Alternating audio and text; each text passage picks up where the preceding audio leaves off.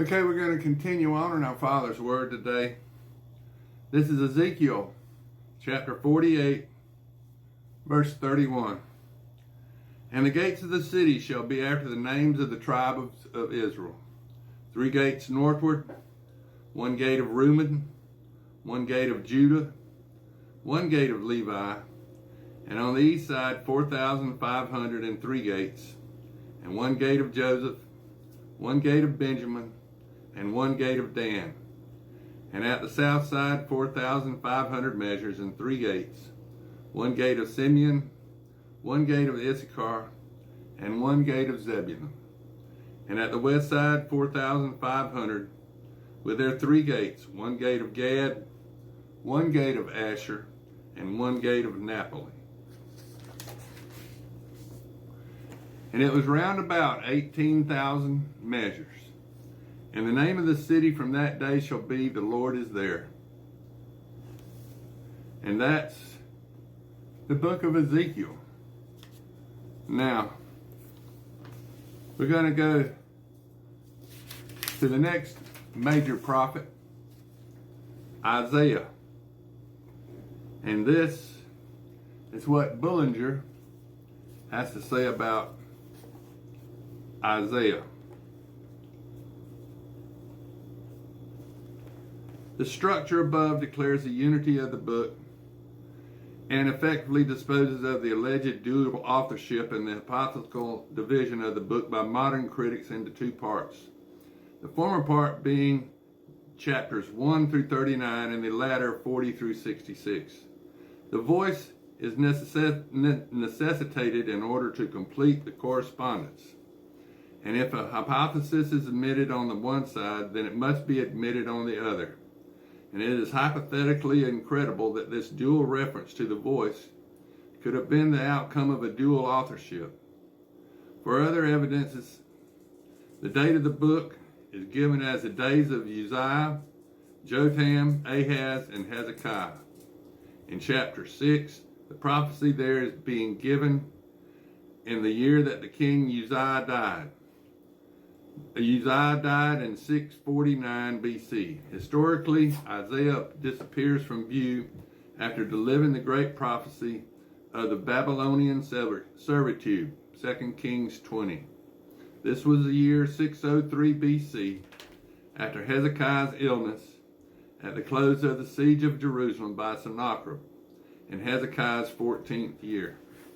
We have thus 2 fixed dates, and between them a period of 46 years, during which undoubtedly the word of Jehovah came through Isaiah, and God spoke by him.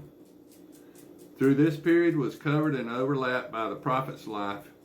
It was not the whole of the period covered by the vision, which goes far beyond the prediction of the Babylonian captivity. Hezekiah lived for 15 years after his illness, dying therefore in 588 BC. Manasseh, his son, born in the third of the 15 years, succeeded in the same year, 588 BC.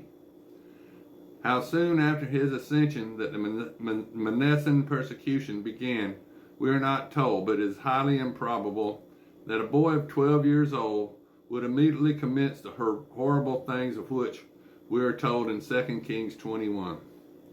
The utterable religious practices that lie behind the deceptive words of these characters point clearly to some 4 or 5 years later, when Manasseh would be 16 or 17 years old. According to Jewish tradition, Isaiah perished in the Manasseh persecution, when it is said he took refuge inside a hollow mulberry tree, which Manasseh ordered to be sawn through. This may be referred to in Hebrews 11. If we take the 5th year of Manasseh, 584 BC, as the date of Isaiah's death, we have no means of determining then from the year that King Uzziah died, which forcibly suggests the terminus quo of the whole book to this point. We have 65 years from the commencement of the visions to the supposed date of his death, 649 to 584 BC. So Isaiah was about the same age as Samuel, Jeremiah, and Daniel were at the beginning of their ministries. Then we may conclude that the length of his life was some 81 to 83 years. There is no evidence that the word of the Lord came to Isaiah after the reign of Hezekiah ended in 588. Therefore, the whole period covered by the vision of Isaiah is 61 years, 649 to 588. From this year onward till the 13th year of Hosea in 518 BC, there were 70 years during which God did not speak by prophets. Okay, now this is the book of Isaiah the prophet, major prophet Isaiah.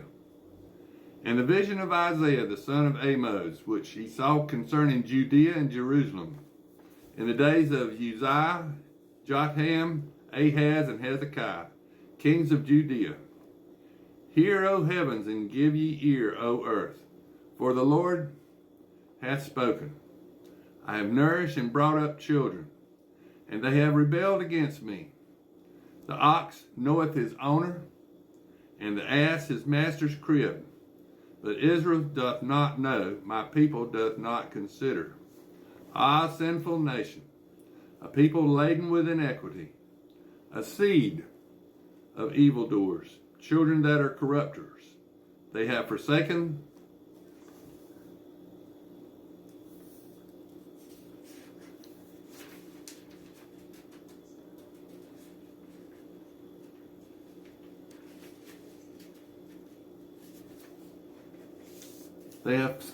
the Lord. They have provoked the Holy One of Israel into anger. They are gone away backward. Why should ye be stricken any more? Ye will revolt more and more. The whole head is sick, and the whole heart faint. From the sole of the foot even unto the head there is no soundness in it, but wounds and bruises and putrefying sores. They have not been closed, neither bound up, neither mollified with ointment. Your country is desolate, your cities are burned with fire, and your land strangers devour it in your presence, and it is desolate, as overthrown by strangers.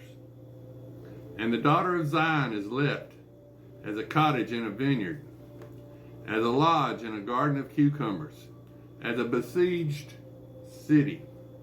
Except the Lord of hosts have left unto us a small remnant. We should have been at Sodom, and we should have been like unto Gomorrah. Hear the words of the Lord, ye rulers of Sodom. Give ear unto the law of our God, ye people of Gomorrah. To what purpose is the multitude of your sacrifices unto me, saith the Lord? I am full of burnt offerings of rams and the fat of fed beasts, and I delight not in the blood of bullocks, or of lambs, or of he-goats. When ye come to appear before me, who hath required this at your hand, to tread my courts, bring no more vain oblations. Incense is an abomination unto me. The new moons and Sabbaths, the callings of assemblies, I cannot away with. It is iniquity, even the solemn meeting, your new moons and your appointed feast, my soul hateth. They are a trouble unto me. I am weary to bear them. And when ye spread forth your hands, I will hide my eyes from you. Yea, when ye make many prayers, I will not hear. Your hands are full of blood. Wash you, make you clean. Put away the evil of your doings from before mine eyes. Cease to do evil.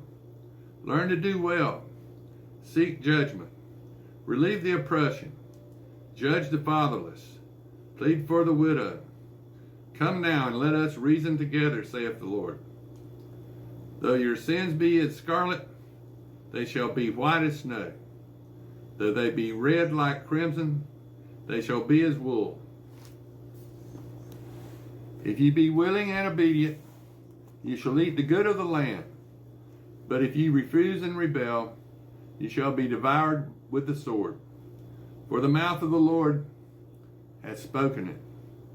How has the faithful city become a harlot? It was full of